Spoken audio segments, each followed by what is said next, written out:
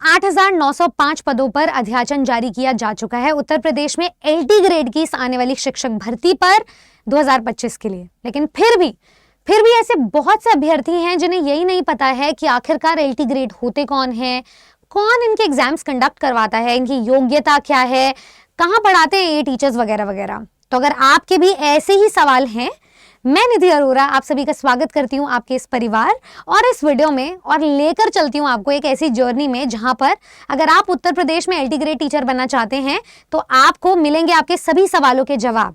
तो चलिए शुरू करते हैं।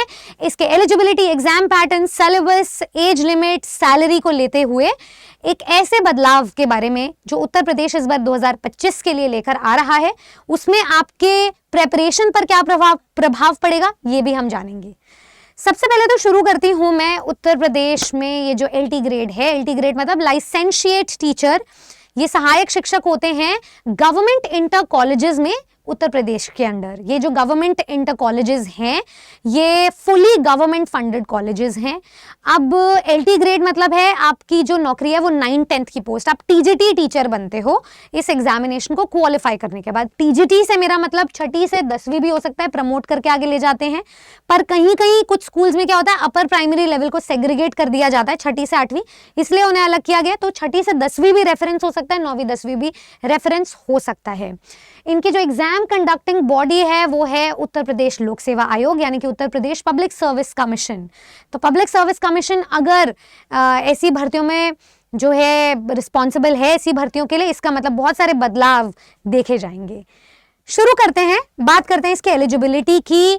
सबसे पहले तो ये ऑल इंडिया वैकेंसी रहेगी, तो घबराने की बिल्कुल बात नहीं है। अदर स्टेट्स यानी कि अन्य राज्य वाले भी इस एग्जामिनेशन को दे पाएंगे। अब प्रेपरेशन को लेकर के जो भी डाउट है उनकी बात कर लेते हैं। पहले एलिजिबिलिटी क्या थी, अब क्या रहेगी। पहले एक समकक्ष वर्ड होता था ग्रेजुएशन प्लस बीएड के साथ, तो बीएड या उसके इक्विवेलेंट अगर कोई डिग्री है तभी आप एलिजिबल थे 2018 में। लेकिन अब इस समकक्ष वर्ड को हटा दिया गया क्योंकि इस दौरान बहुत सारे कोर्ट केसेस हुए थे लास्ट भर्ती के बाद।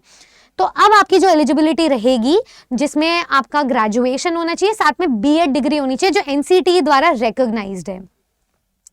अगर यहां तक आपको बातें क्लियर हैं तो मैं आपको एग्जाम पैटर्न की तरफ लेके चलती हूं।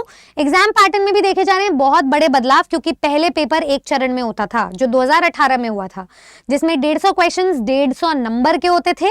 150 नंबरों को 30 और 120 मार्क्स में डिवाइड किया जाता था। 30 मार्क्स आपके करंट अफेयर्स के को डेडिकेटेड थे और जो 120 नंबर शेष थे वो आपके सब्जेक्ट कंसर्न थे, जो आपका सब्जेक्ट है वहां से सवाल पूछे जाते थे। लेकिन अब ऐसा नहीं है।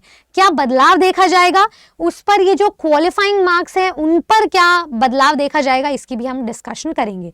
तो पहले जो क्वालिफाइंग मार्क्स थे जनरल कैटेगरी के लिए वो थे मिनिमम 40%, जनरल और ओबीसी के लिए मतलब आपको 60 नंबर लाने थे 150 में से। और अगर मैं एससी एसटी की बात करूं तो आपको 45 नंबर लाने थे, तो 30% पे पास हो रहे थे। अब एग्जाम का डिफिकल्टी लेवल बढ़ेगा, इतना बढ़ेगा कि 2 चरण में एग्जाम होगा। अब क्या है ये 2 चरण, इस पर भी चर्चा करेंगे।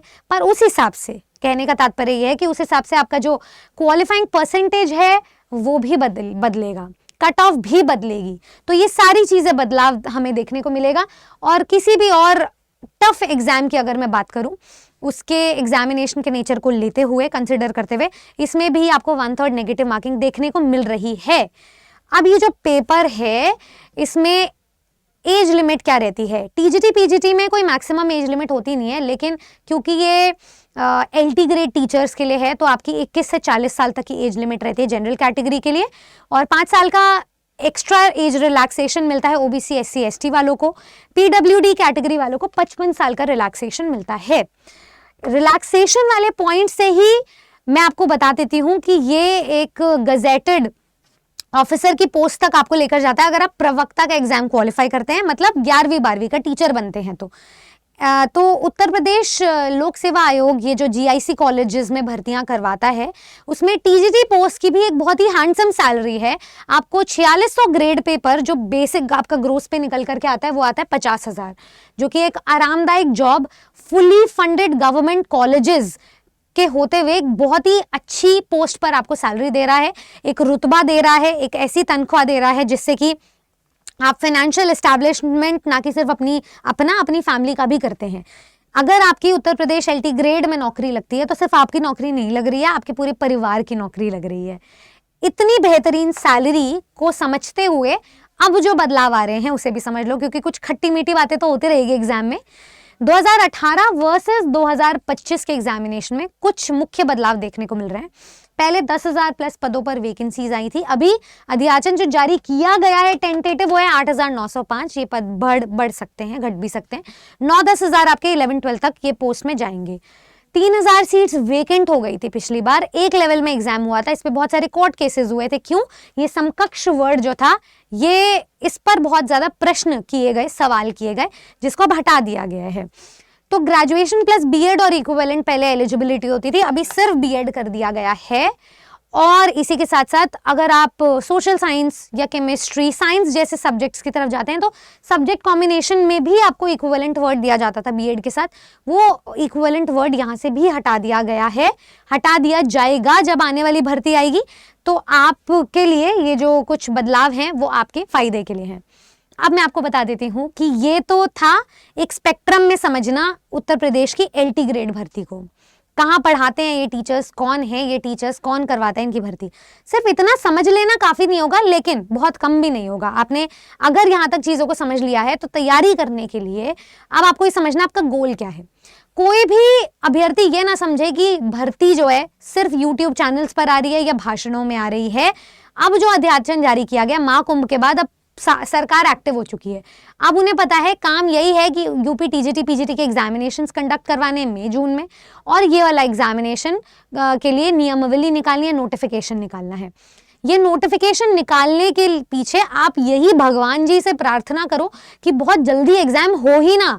अगर आप फिर भी इतने बेचैन हो रहे हो, आपके लिए टारगेट होना चाहिए अक्टूबर तक का। अगर अक्टूबर तक एग्जाम हो रहा है और आज से और अभी से तैयारी करनी शुरू कर रहे हो, तब जाके सिलेबस को कंप्लीट कर पाओगे। यूपी टीजीटी पीजीटी का सिलेबस 90% एलटी ग्रेड के सिलेबस से मिलता जुलता है। तो एक तो तरीका यह है कि आप ऐसे ही वीडियोस को देखें और अपनी रणनीति को जान लें।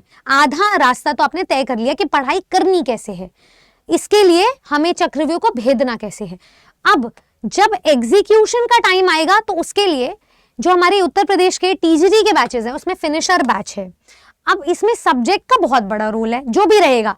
अगर 2 चरण में एग्जाम होगा इस बार, प्रारंभिक और मुख्य स्तर पर, और लोक सेवा आयोग कंडक्ट करवा रहा है, तो जो आपका मुख्य स्तर होगा वहां पर पक्का सब्जेक्टिव केस एग्जाम होगा। सब्जेक्टिव बेस एग्जाम में अच्छों की लंका लग जाती है, अच्छे जो है ना वो इस चक्रव्यूह को भेद नहीं पाते हैं। तो आपको ये समझना है आपके सब्जेक्ट पर कमांड कैसी हो। जो टीजीटी एग्जामिनेशन आपको रियलाइज करवाता है, टीजीटी एग्जामिनेशन प्रिपेयर करवाता है। 2022 में जब टीजीटी की भर्ती आई थी, हमने बहुत सारे स्टूडेंट्स को पढ़ाया और वो आज तक वेट कर रहे हैं। उनको दोबारा मौका दिया गया है फिर से अपनी प्रेपरेशन को रिवैम्प करने का, जीरो से शुरू करने का। एलटी ग्रेड वाले स्टूडेंट्स भी इस फिनिशर बैच से अपनी तैयारी को जांच सकते हैं, माप सकते हैं और ये चेक कर सकते हैं कि हम स्टैंड कहाँ करते हैं। 90% सिलेबस इससे मिलता जुलता है। आज ही अपनी तैयारी को जांचें, फिनिशर बैच के जो भी आपके सब्जेक्ट्स हैं उसको पक्का करें। तो और भी सब्जेक्ट्स यहाँ पे मौजूद हैं। आपको अगर पूरी डिटेल जानकारी चाहिए, RR24/7 वेबसाइट या एप्लीकेशन पर जाकर ये बैच आपको मिलेगा कहाँ, तो नीचे दिए गए नंबर पे कॉल करें। और मेरे पीछे एक डिस्काउंटेड कूपन कोड है Y449 जो आपकी प्रेपरेशन को 4 चांद लगा देगा। प्रेपरेशन पर 4 चांद लगने का मतलब ये है कि इस वैलेंटाइंस आपको ये प्रण लेना है कि हमारा जो प्यार है वो तैयारी से हो, नौकरी से प्यार अपने आप हो जाएगा। तो उन्हीं किताबों को प्यार करते हुए, उन्हीं किताबों की तरफ रुझान अपना बढ़ाते हुए आज से और अभी से अपनी तैयारी शुरू करें। मैं 5 बजे आपसे मिलूंगी अपने सिलेक्शन वाले बैच में, आपके लिए सिलेक्शन वाली तैयारी के साथ। इसके अलावा मैं बस ये जानना चाहूंगी कि इस बदलाव को लेकर, आने वाली भर्ती को लेकर आपकी क्या राय है, क्योंकि इतना जो सोचा जा रहा है भर्तियों के पीछे, इतना डेली बेसिस पे इतना ओवरलोड किया जा रहा है, चैनल पे भी आए दिन उत्तर प्रदेश की एक्सपेक्टेड और एंटिसिपेटेड भर्तियों की बात की जा रही है।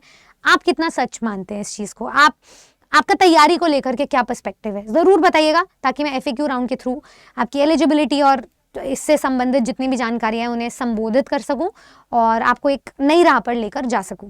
उत्तर प्रदेश में एलटी ग्रेड बनने के लिए अगर कोई भी फ्री स्टडी मटेरियल और रिसोर्सेज चाहते हो हमारी तरफ से, तो ज़रूर डिस्क्रिप्शन बॉक्स में दिए गए गूगल फॉर्म को फिल करना ना भूलें, ताकि आपकी तैयारी और भी मजबूत हो सके। सब्सक्राइब कीजिए हमारे चैनल टीचर्स अड्डा 24/7 को अगर ऐसी ही वीडियोस और जानकारी प्राप्त करना चाहते हो, सबसे सटीक और सबसे